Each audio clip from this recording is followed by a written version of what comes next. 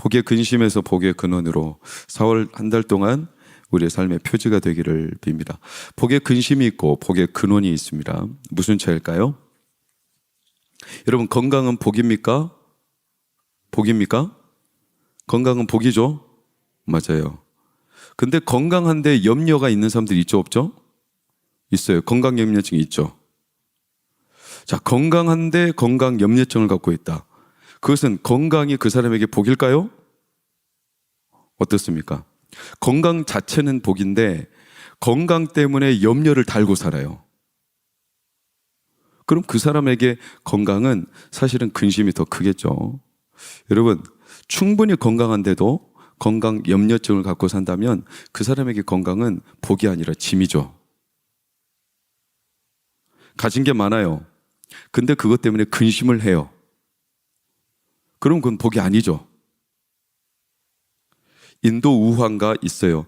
왕이 충직한 신하에게, 백성에게 코끼리를 하사했습니다. 10마리를. 인도에서 코끼리는 거의 신적인 존재겠죠. 근데 그걸 하사했더니 이게 그때부터 엄청난 짐입니다. 짐. 왜냐? 코끼리가 좀 먹어야죠. 얼마나 많이 먹습니까? 샐러드를 먹거든요, 코끼리가. 근데 샐러드를 한 번씩 먹을 때 1000명분을 먹어요. 그러면 여러분, 10마리면 몇 명분이에요?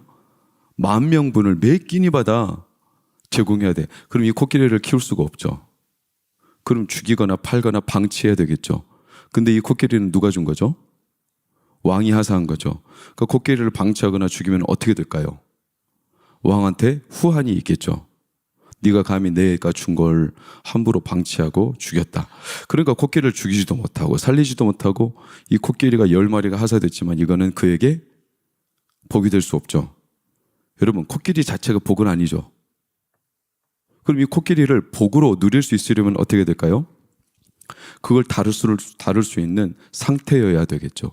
코끼리 10마리를 내가 먹이를 줄 수 있는 상태, 나에게 주신 거를 내가 누릴 수 있는 상태. 성경적인 복은 복 자체가 없어요. 돈이 복이 아니에요. 건강 자체가 복이 아니에요. 그건요, 복으로 얻어지는 결과일 뿐이지 그 자체를 복이라고 하지 않아요. 그걸 누릴 수 있는 상태를 복이라고 해요. 시편 1편, 복 있는 사람은, 복되다, 이게 복을 받았다는 뜻이 아니라 복된 상태이다. 복 있는 사람은, 그래서 그런 사람들은 항상 연결되어 있죠. 뭐와? 자기에게 주신 것들을 누릴 수 있는 상태로 연결되어 있어요. 뿌리가 있다는 말이에요. 그러니까 뿌리가 시냇가에 내려 있기 때문에 열매를 맺어요, 안 맺어요? 맺죠. 그러나 열매 없는 날이 있을까요, 없을까요? 있겠죠. 열매 없는 날이 있을 수도 있어요. 그럴지라도 근심해요, 안 해요? 안 하죠. 왜? 뿌리가 내려 있기 때문에 열매 맺을 것을 그 사람은 이미 그 상태를 갖고 있는 거예요. 그래서 그들은 악인들의 꾀를 쫓아요? 안 쫓아요. 죄인들의 길에 안 서요. 오만한 자들의 자리에 앉지 않아요. 당연하죠. 파랑새를 쫓아다니듯 내가 악인들의 꾀, 그래서 돈을 찾으러 다니고 권위 있는, 권세 있는, 권력 있는 자리에 앉으려고 애쓰지 않아요. 왜? 그거 자체가 복이라고 생각을 안 해요. 그것은 나에게 줘도 내가 못 누린다면 독이 된다는 걸 알아요. 상태가 중요하다는 것을 복 있는 사람은, 그러니까 뿌리를 내리고 있는 이 상태죠. 꽃꽂이, 지금 이건 화분이지만 여러분, 꽃꽂이는 그 당시에는 굉장히 화사하게 꽃을 핍니다. 그러나 시간이 지나면 어떻게 되죠? 마르죠. 왜 그럴까요? 뿌리가 없기 때문이죠. 그것은 뿌리가 없어요. 그래서 시간이 지나면 금방 마르게 되어 있어요. 그것은 복된 상태가 아니에요. 당장 눈에 보기 좋을 뿐이죠. 그래서 요한복음 15장에 포도나무 비유를 말씀하시면서 열매를 맺으려면 어디 안에 거하라? 내 안에 거하라. 그러니까 내 안에 거하고 있는 게 중요한 거지, 당장 눈에 보이는 열매를 맺는 것 자체가 하나님이 우리한테 요구하시는 게 아니라는 거예요. 내 안에 거하라. 그래서 농부가 때때로는 열매를 맺게 하시기 위해서 뭐를 치죠? 가지를 쳐요. 가지를 칠 때 나무 입장에서는 아플까요? 그렇죠. 괴롭죠. 나무가 가지 입장에서라면 자기를 쳐내는데 이게 얼마나 괴로운 일입니까? 그러나 농부의 다스림 안에 있기 때문에 그 나무는 복된 거예요. 가지를 쳐낼지라도. 여러분, 우리 교회, 저나 우리 장로님들, 우리 권사님들, 집사님들, 우리 교육자들, 우리 청년들 복을 누리는 교회가 되기를 축복합니다. 복이 근심이 돼서는 안 돼요. 아, 나에게 돈이 없어. 아, 나에게 취직이 안 됐어. 아, 내가 세상에서 여러 가지 조건이 없어. 그게 복이라고 생각해서 그게 없다고 근심을 하는 것은 이건 복된 상태가 아니에요. 세상의 대부분 것들은 그 자체가 복이 될 수 없습니다. 여러분, 돈 그 자체가 복이 아니에요. 돈 때문에 근심하는 사람들 얼마나 많은데요. 건강 그 자체가 복이 아니에요. 아파서 오히려 하나님께 더 복된 이들이 있어요. 사람과의 관계 그 자체가 복이 아니에요. 그 사람과의 관계에서 누리는 그 상태가 복인 거죠.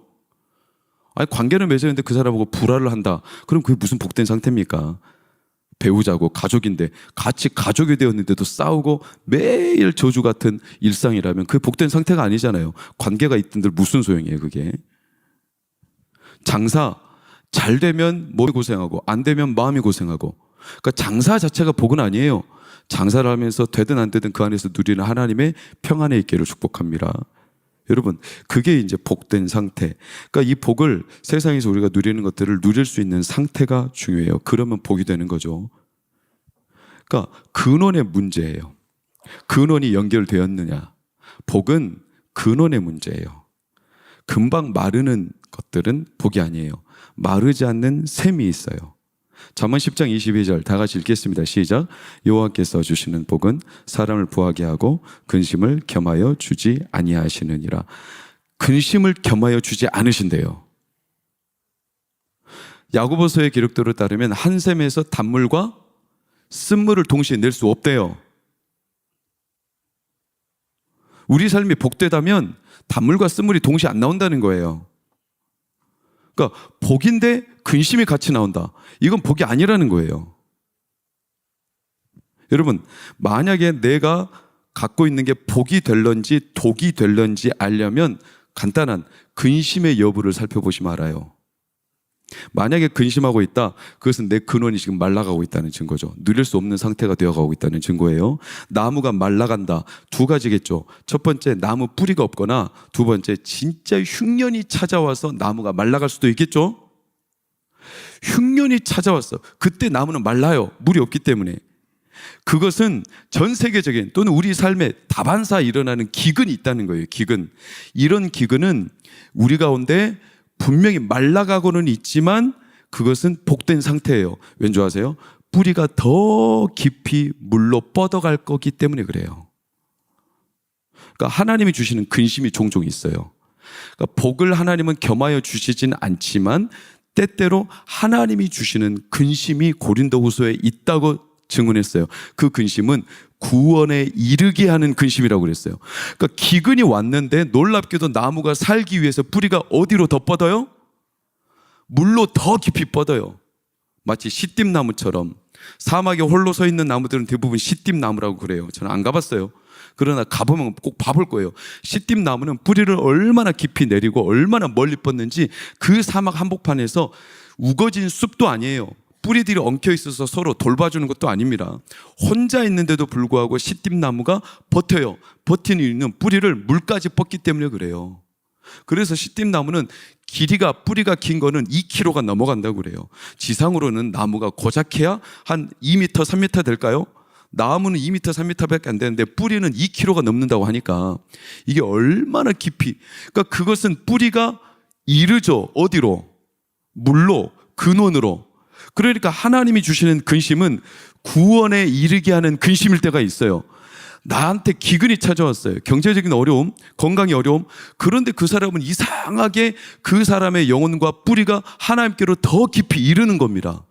이거는 하나님이 주시는 복이죠. 그거를 제외하고 모든 근심은 다 복이 아니라는 증거를 할 수 있습니다. 만약에 내가 현재 돈 문제 때문에 관계, 여러 가지 직장, 내 자녀, 형편, 여러분의 현실, 여건들이 나로 하여금 하나님께로 더 뻗어가게 하는 근심이 아니라면 여러분 그건 다 독입니다. 그렇게 생각해도 틀리지 않아요. 바울은 하나님께서 주시는 근심이 있었어요. 내가 복음을 전한 뒤에 내가 복음에서 구원에서 멀어질까 두렵다 그랬죠. 이것은 바울의 근심이었어요. 근데 그 근심 때문에 바울은 더 하나님께로 가까이 나가는 구원에 이르는 근심, 성령님이 우리 안에 주시는 근심은 항상 하나님의 뜻대로 살게 하시려는 근심, 이거는 복된 상태죠.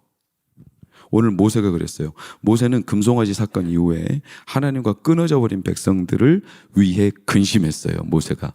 그래서 엎드렸습니다. 긴 말씀을 다 나눌 수는 없지만 하나님께서 금송아지 만든 백성들을 지워버린다고 그랬어요. 어디에서? 생명책에서. 그랬더니 모세가 납작 엎드리면서 차라리 나를 생명책에서 지워달라고 했어요. 그런 근심은 모세에게는 하나님이 주시는 복이었어요. 나를 지워주십시오. 하나님이 함께 하지 않으신다면 나도 못 갑니다. 이렇게 하나님과 함께 하기 위해 했던 근심, 이게 모세의 근심이었어요. 그래서 모세는 하나님께 더 엎드렸어요. 혹시라도 하나님 나에게서 끊어질까 봐서. 그리고 하나님은 그 모세의 기도를 받으셨습니다. 그리고 모세에게 다시 올라오라고 하십니다. 금송아지 사건 이후에 십계명 두 돌판을 다 깨트려 버리죠. 그리고 하나님이 다시 올라와라. 그래서 7절 9절을 보면 너 인자를 천대까지 베푼 하나님을 신뢰하느냐? 이 하나님은 악과 거실과 죄를 용서하리라. 그러니까 모세가 급히 땅에 엎드리며 주여 우리와 동행하여 주십시오. 우리와 끊어지지 않기를 바랍니다. 우리가 하나님과 근원이 연결되어 있기를 바랍니다. 이렇게 기도하며 모세가 올라가요. 여러분, 모세가 참 대단하죠. 하나님 앞에서 40일 동안 그 앞에 견디고 있다. 우리가 불편한 사람 여러분 견디지 못하잖아요. 하나님과 함께 한다는 것은 복인 것 같지만 하나님은 영광의 광채하시라서 우리가 하나님을 직접 보면 눈이 멀어버리고 죽어버리는데 그분 앞에서 40일 동안 버티고 견딘다. 이건 진짜 모세가 대단한 거예요. 엄청난 거예요. 그러니까 어쩌면 금송아지 사건은 모세에게 있어서 모세가 새로워지는 사건이었어요. 그래서 오늘 결론이 29절을 보면 피부가 광채 났는데 깨달아요, 못 깨달아요? 자기는 못 깨달아요. 여러분, 놀라운 사실이 있어요. 은혜 받은 사람은 자기보다 남이 뭔지 알아요. 교회 안에 진짜 은혜 받은 사람은 내가 알기 전에 옆 사람이 압니다. 남편이 압니다. 아내가 압니다. 자식들이 압니다. 거꾸로 누군가 내 은혜 받은 걸 모른다면 그 은혜는 근원이 없는 겁니다. 은혜 받은 사람은 얼굴빛이 달라집니다.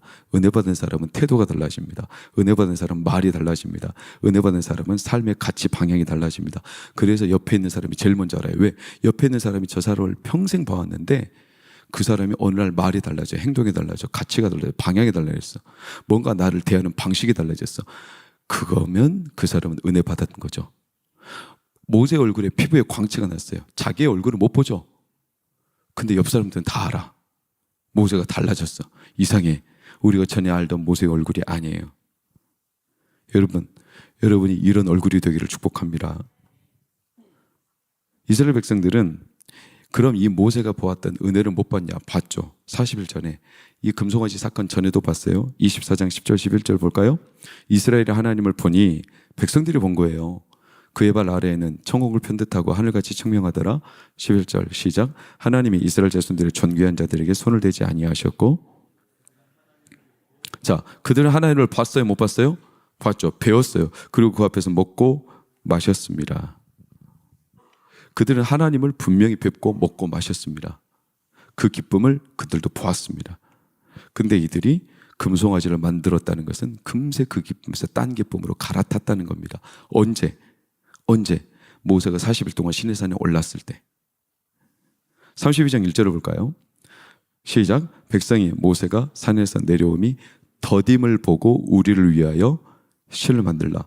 더디니까, 모세가 더디게 내려오니까 신을 만들었다. 여러분, 우리 삶에 더딤, 열매가 안 맺힘, 기도응답이 없음, 더딤 때문에 항상 하나님 앞에 입장을 가르는 이들이 있습니다.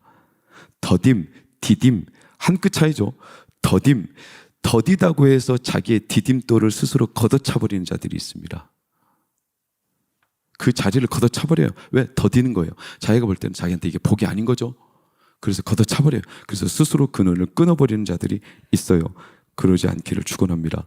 예수님이 어떤 이들에게는 걸림돌이라고 그랬어요. 예수님 때문에 하나님께로 나아가지 못하는 걸림돌이 되는 자들이 있어요. 바리새인들, 유대인들, 서기관들, 지도자들 걸림돌이 되었어요. 그런데 예수님은 실제로는 걸림돌이 아니라 우리 삶의 주춧돌입니다. 그럼 똑같은 분인데 누구에게는 걸림돌이고 누구에게는 주춧돌이고 왜 이렇게 다를까요? 그 사람의 상태죠. 여러분, 하나님의 영광 바라고 즐거워하느니라. 근데 스스로 걷어차버렸어요. 왜? 이스라엘 백성들은 그 하나님을 뵙고 먹고 마셨던 기쁨을 누릴 만한 수준이 안 돼. 그런 상태가 아니에요. 32장 31절 빨간색 시작. 금신을 만들었어요. 이들의 수준은 이 정도 상태예요. 자기들을 위하여 금신, 보는 눈, 용량, 수준이 딱 그만한 거예요. 비유해 볼까요, 여러분? 출애굽기 24장부터 오늘 본문 이전까지 하나님께서 모세를 시내산 등반, 그래서 40일 동안 모세한테 뭘 만들게 하시냐면 출애굽기 24, 25, 26, 27, 그래서 32장까지 다 어떤 기록이냐면 성소를 짓는 예물, 성소 도구, 성막, 제단, 제사장의 옷, 제사장을 어떻게 기름 부을지, 제사에 쓰는 도구, 이런 것들을 만들라고 했어요. 여러분, 질문 드립니다. 성막, 성소, 도구, 예물, 여러 가지 제사장의 옷, 하나님과 함께하기 위해서 이 만드는 도구들과 이 재료들은 다 뭐를 위해서? 하나님과 우리 사이에 신혼방을 차리기 위해서요. 신혼살림이에요. 이게 비유적으로. 신랑은 누구시죠? 하나님. 신부는 누굴까요? 백성들이에요. 그래서 40일 동안 그걸 준비하는 거예요. 하나님과 함께 머물 신혼방을 차리는 거예요. 신혼방을. 얼마나 감격스러운 장면이에요. 그래서 24장에서 31장까지 보면 반복되는 문구가 있는데 자주 등장해요. 그게 뭐냐면 영화롭고 아름답게, 이런 문구가 자주 등장해요. 영화롭고 아름답게. 하나님께서 우리를 영화롭고 아름답게 준비하시는 거예요. 그분의 신부로. 계시록에 새 예루살렘이 하늘에서 내려올 때 신부가 신랑을 위하여 어떻게 한 것 같더라? 단장한 것 같더라. 그분을 맞이하기 위해서 단장, 준비, 나를 가꾸고 내가 그분과 신혼살림을 차리기 위해서, 이런 모티브가 성경에는 자주 등장해요. 대표적인 게 데살로니가서에 보면 우리를 들리워 주를 영접한다고 그랬어요. 이 들리운다라는 단어가 신기하게도 가마를 든다, 이런 뜻이죠. 어떤 때 신부가 신랑을 만나러 갈 때 사람들이 가마를 들어서 신부를 이동하는 거예요. 누구한테로? 신랑한테로. 그러면 그 기간 동안 신부는 뭐 하고 있죠? 준비하는 거예요. 신랑은 뭐 하고 있을까요? 신혼방을 준비하는 거예요. 온갖 것들을 준비해요. 그래서 그때까지 서로 기다리는 거예요. 신랑이 언제 올지 알아요? 몰라요? 몰라요. 그것은 아버지만 알아요. 신랑의 아버지가 자, 오늘 밤이다 하면 신랑을 데리고 갑자기 가는 거예요. 그때 나팔을 불어요. 부 하고 동네에서 나팔 소리가 들리면 신랑이 이제 온다는 거예요. 이때 신부는 준비하고 있다가, 그분이 오실 걸 준비하고 있다가, 자기의 상태를 딱 준비하고 있다가 가마에 타면 가마가 들리워져서 신랑을 마주하러 가는 거예요. 이게 들리운다. 그것을 우리가 공중에서 주를 맞이한다. 이걸 우리가 옛날 말로 휴거. 성경에 이런 모티브가 얼마나 많은지 몰라요. 그러니까 하나님이 우리를 신부로 맞이하셔요. 그 원형이 이 시내산 사건이에요. 시내산에 모세가 올라가서 신방을 준비하는 거예요. 하나님의 신부들을 위해서. 그래가지고 성소도, 성막도, 그리고 제사장의 옷도, 기름을 어떻게, 또 성소에 뭐 등잔, 등불, 그리고 뭐 떡상, 이런 거 어떻게 만들지, 신방을 꾸리기 위한 온갖 재료들을 모세가 준비하러 올라간 거예요. 40일 동안. 그 아래에서는 백성들이 뭐 하고 있어야 돼요? 기다리는 거죠. 누구를? 모세를. 사실은 하나님을 맞이할 준비를 기다리는 거죠. 그때 모세에게 10계명도 주셨잖아요. 너는 나 외에 다른 신을 두지 말라. 너를 위해 새긴 우상 만들지 말라. 내 여호와의 이름을 망령되이 일컫지 말라. 안식일을 거룩하게 지키라. 내 부모를 공경하라. 이 10계명은 무슨 법이죠? 신랑이 신부와 맺는 사랑의 법이에요. 내가 너를 사랑한다. 너도 나를 이렇게 사랑하라는 거죠. 10계명은 너무 명확해요. 하나님을 사랑하는 법을 가르쳐 주신 거예요. 여러분, 여자들의 마음이 어려운 이유가 뭐예요? 안 가르쳐 주니까 그렇죠. 만약에 저 같아도 내 아내가 나는 나를 사랑하는 법을 월요일 날은 뭐 해주고 화요일 날은 뭐 해주고 수요일 날은 뭐 이렇게 따박따박 다 가르쳐 준다면 대단히 쉬울 거예요. 근데 똑같이 해주는데 어느 날은 틀어져 버리고 또 똑같이 해도 어느 날은 만족하는 거예요. 여자의 마음은 종종 갈피를 잡을 수가 없어요. 그래서 어려운 거잖아요. 기회 아니에요. 여자들은 대답을 못하겠죠. 자기들 일이라. 배 목사님 기회 아니에요. 맞아요. 지웅아 그래 안 그래? 모르겠어. 안 사귀어봤어요? 그래요. 양 목사님도 잘 모르시겠네. 송 목사님 그래 안 그래요? 그러죠. 그런데 만약에 법이 명확하다. 내가 너를 사랑하는 법을 알려줄게. 따따따 이렇게 해라. 그럼 얼마나 쉬워요. 십계명은 하나님이 우리와 사랑을 나누기 위해서 주신 법이에요. 명확하죠. 그러라고 주신 법이잖아요. 근데 그새를 못 참고 신부가 딴 데 눈을 팔았어. 바람이 난 거죠. 우리 신랑 안 오나 보다. 모세가 40일 동안 올라왔거든요. 근데 40일 동안 산 아래에서 기다리고 있던 백성들이 우리 신랑 안 오네. 안 올 거야. 죽은 것 같아. 그래가지고 딴 눈을 판 거예요. 그들의 수준이 그런 거예요. 상태가 하나님을 신랑으로 맞이하기에 그런 수준이 못 돼. 그래가지고 자기들 수준에 맞는 금송아지를 만든 거죠. 영화롭고 아름다우신 그 영광의 기쁨을 누릴 수 없었다는 거예요. 그게 이스라엘 백성들의 상태. 그래서 여기서 한 가지 우리가 중요한 걸 좀 봐야 되는데 32장 25절을 보면 빨간색 시작. 원수에게 조롱거리가 되었다. 늘 그래요. 마귀가 개입하죠. 여러분 여기서 우리는 중요한 한 가지 사실, 마귀는요 우리가 영적인 수준의 상태가 고만고만한 상태에서 하나님의 영광과 영화로운 거 기쁜 거 즐기지 않기를 바라요. 고만고만한 우리 수준에서의 복, 그 정도로 누리기는 게 마귀의 목적이에요. 그래서 끌어내리는 목적이 있어요. 마귀는 항상 왜곡시켜요. 비교해 볼까요? 32장 6절과 24장 11절 여러분 보세요. 분명히 24장 11절에도 하나님을 뵙고 먹고 마셨죠? 하나님을 뵙고 먹고 마셨죠? 그랬던 자들이 금송아지 만들고도 어떻게 해요? 먹고 마시면 일어나서 뛰놀죠. 먹고 마시고 일어나서 먹고 마시고 즐거워하는 것은 똑같아요. 근데 그들의 행동과 삶의 양식은 똑같은데 안에서 누리는 것은 전혀 달라졌죠. 다 똑같은 게 아니에요. 수준이. 신앙생활 한다고 다 똑같은 수준이 아니에요. 기도한다고 다 똑같은 수준이 아니거든요. 말씀을 듣는다고 다 똑같은 수준으로 받지 않아요. 전혀 달라요. 똑같이 먹고 마시고 즐기거든요. 근데 어떤 이들은 진짜 하나님의 영광과 기쁨을 즐거워하고요. 어떤 이들은 자기 수준 안에서 금송아지를 즐거워하고 먹고 뱉고 마시는 거예요. 심지어 그 악한 이 마귀는 그렇게 우리를 떨어뜨려서 하나님의 영광을 빼앗아가는 데 목적이 있어요. 하나님의 백성에게 주시는 복. 회방 놓죠. 그런 날 모세는 어땠어요? 이 금송아지 사건 때문에 모세의 수준이 달라진 거 아세요? 29절 다시 한번 볼까요? 29절 오늘 본문 29절 28, 29절 우리 다 같이 읽어보겠습니다. 시작. 모세가 여호와와 함께 40일 40야를 거기 있으면서 떡도 먹지 아니하였고 물도 마시지 아니하였으며 여호와께서는 언약의 말씀 곧 십계명을 그 판들에 기록하셨더라. 그랬을 때 29절 빨간색 시작. 표벽강제. 자, 중요합니다. 앞에는 먹고 마시고 즐거워했죠. 그런데도 수준은 금송아지 수준이었어요. 모세는 지금 먹고 마셨어요? 못 마셨어요. 하나도 물조차도 못 마셨어요. 40일 동안 내 틸틸 굶었어요. 그런데도 그 얼굴은 어때요? 광채가 나요.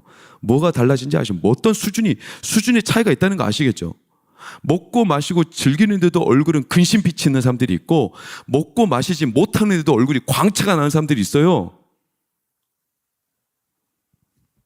40일간 틸틸 굶었는데 여러분 그럼 모세는 어떻게 이렇게 얼굴에 광채가 날까요? 40일 동안 뭐를 봤죠? 하나님을 봤죠. 40일 동안 하나님의 빛을 마주했죠. 그 빛은 태양빛이 아닙니다.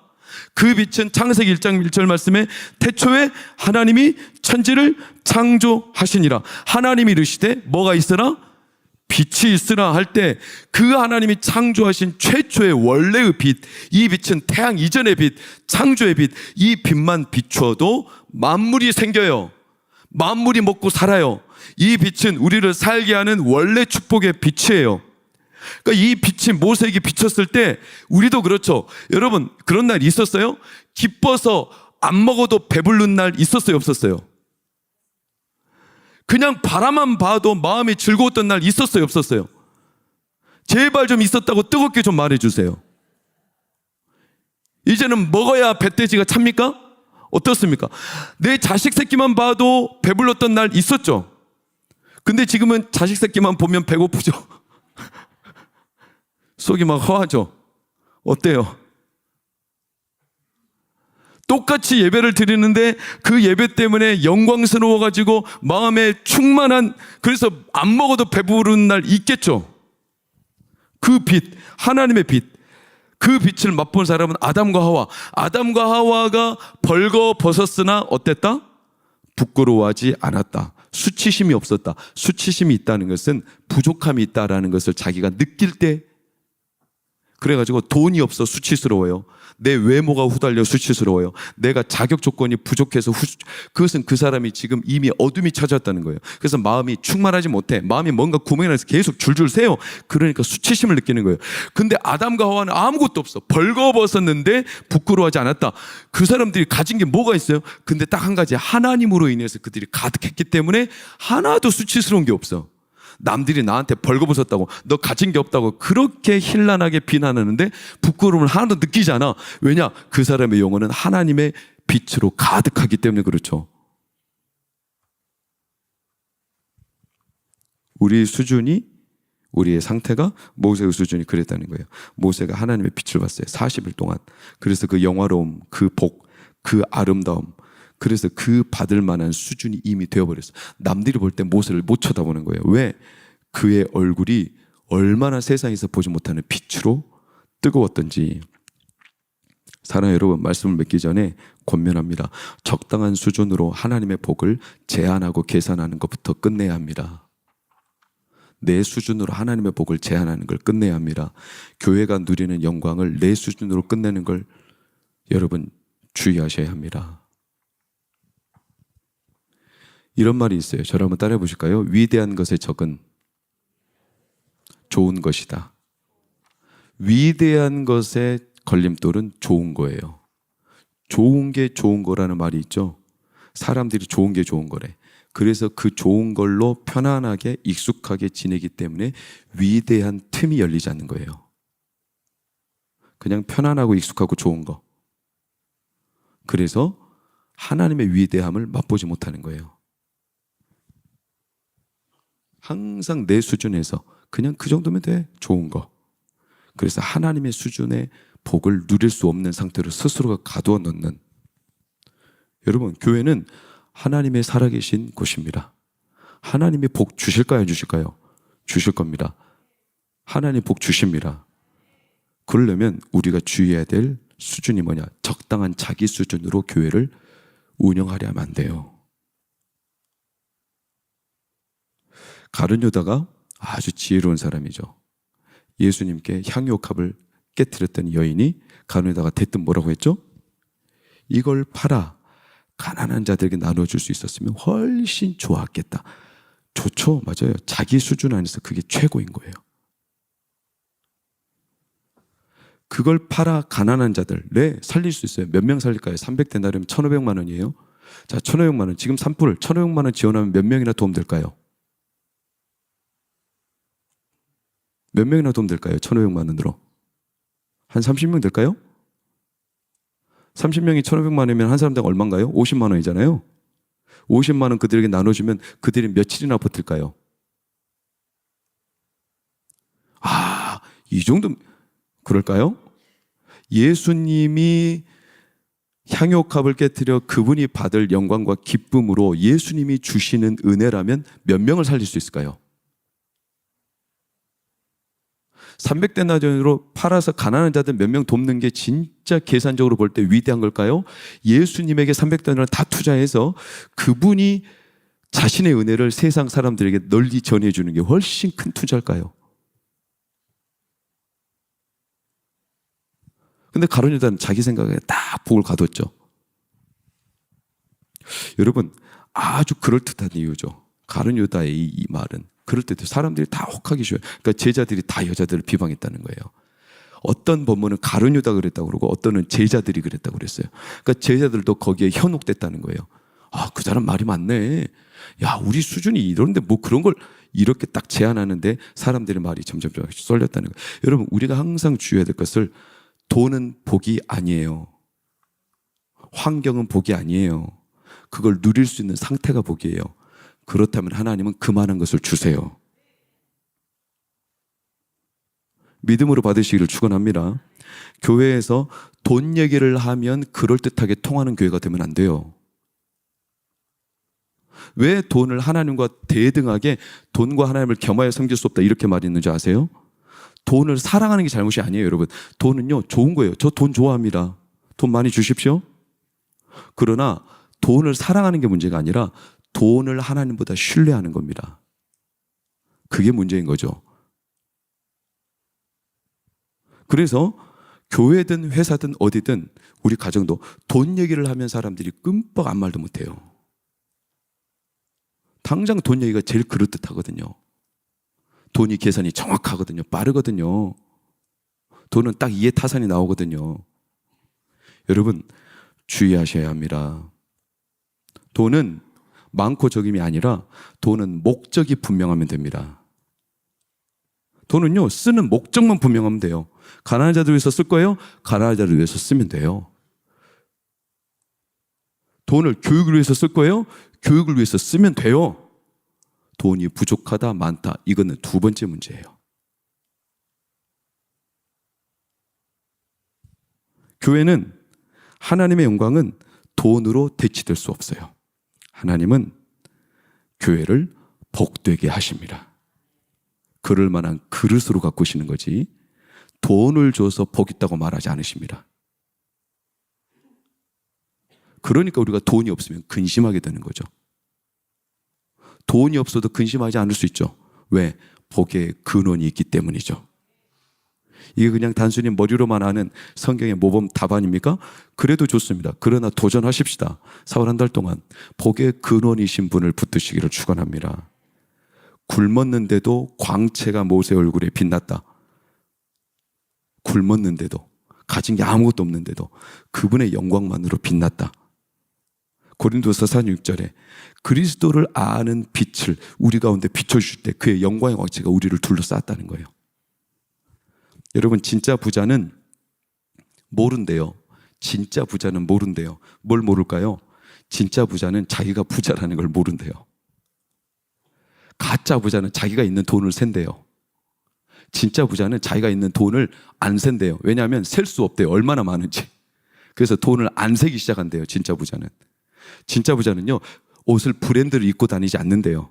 그냥 평범한 브랜드를 입고 다닌대요. 왜냐? 진짜 부자는요, 옷으로 자기를 드러내지 않는데요. 왜냐하면 자기 안에 이미 풍성하대요. 옷 가지고 자기를, 쉽게 말하면 옷 가지고 자기를 드러낼 이유가 하나도 없대요.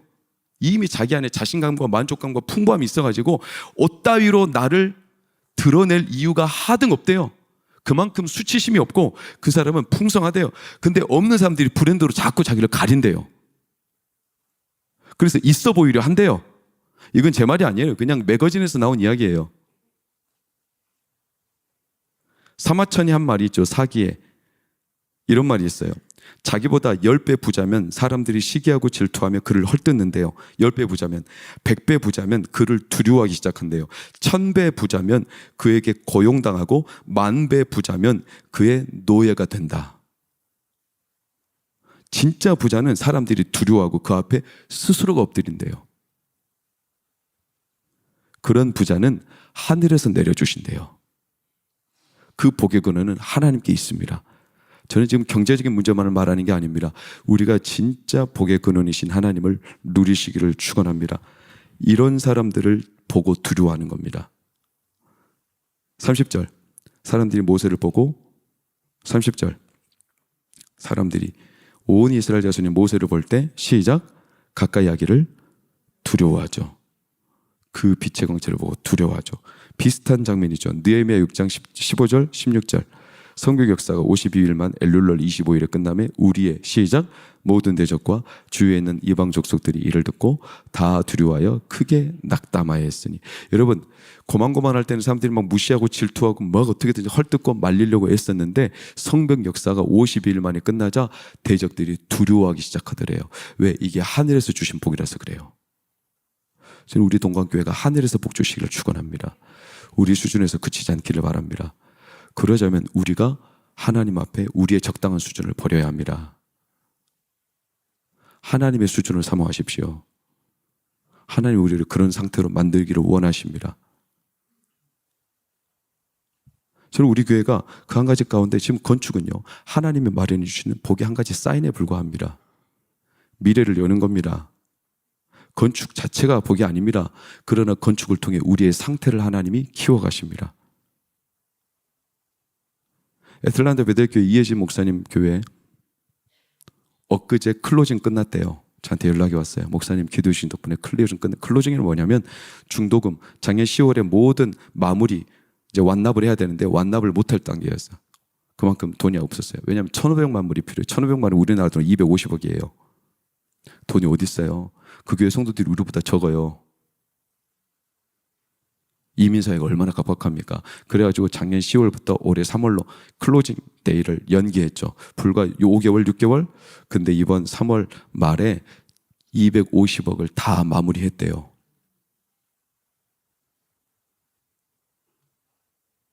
그러자 변화가 일어났대요. 뭔지 아세요? 그 건물 샀다고 지역교회 목사들이 제일 먼저 그랬대요. 이혜진 목사 미쳤다고. 지 그릇을 알아야지. 말이야. 고만고만한 수준에서도 하나님 얼마나 은혜 주시는데 그걸 가지고 저 욕심 부려가지고 배터리 터지게 말이야. 250억이나 되는 저 건물 미국 서구교회 사가지고 저 교회 이제 망했다고 그렇게 헐뜯던 자들이 클로징이 마무리되자 입이 싹 사라져 버렸어요. 두려워하기 시작했어요.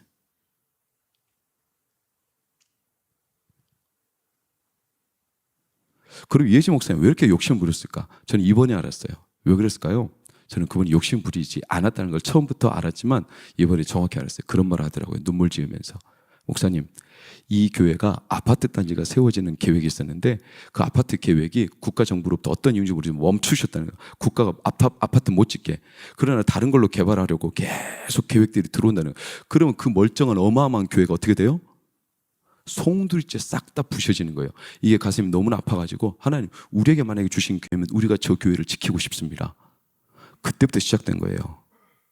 이미 다른 데 사놓고서 그래 놓고 하나님 앞에 이걸 놓고 기도한 거죠. 저는 그냥 돈의 문제가 아니라 그렇구나. 하나님께서는 우리의 마음을 재단해 보실 때가 있구나. 우리의 마음이 어떠한지, 우리의 상태가 어떠한지, 과연 이걸 줘도 애들이 복으로 누릴 수 있을지, 과연 이걸 줘도 얘들이 이것을 복으로 감당하고 마음껏 누릴 수 있을지 이걸 딱 지켜보세요. 여러분, 그러니 오늘 모세의 사건은 너무나 귀하죠. 다시 올라오라는 거예요. 금송아지 사건 때문에 하나님과 끊어졌던 복의 근원이 다시 올라와 내가 다시 너희들과 함께 할 거야. 이 사인인 거예요. 여러분, 복의 근원이신 하나님을 붙들고 그분의 수준의 복이 우리 동관교회 성도들, 우리 자녀들, 우리 교회 앞날에 이루어지기를 축원합니다. 위대한 것을 꿈꿉시다. 발목 붙잡히지 않고 가장 그럴듯한 좋은 것들, 익숙하고 편안한 것들로 우리의 발목 붙잡히지 말고 하나님이 우리에게 주실 만한 것으로 나 자신을 확 엎어야 되고 그리고 하나님이 주실 수준의 것들을 우리가 기도하며 때로는 불편해도 그것을 감당하는 수준이 우리 가운데 일어나기를 축원합니다. 하나님 우리를 그렇게 인도하실 겁니다. 우리 찬양하겠습니다.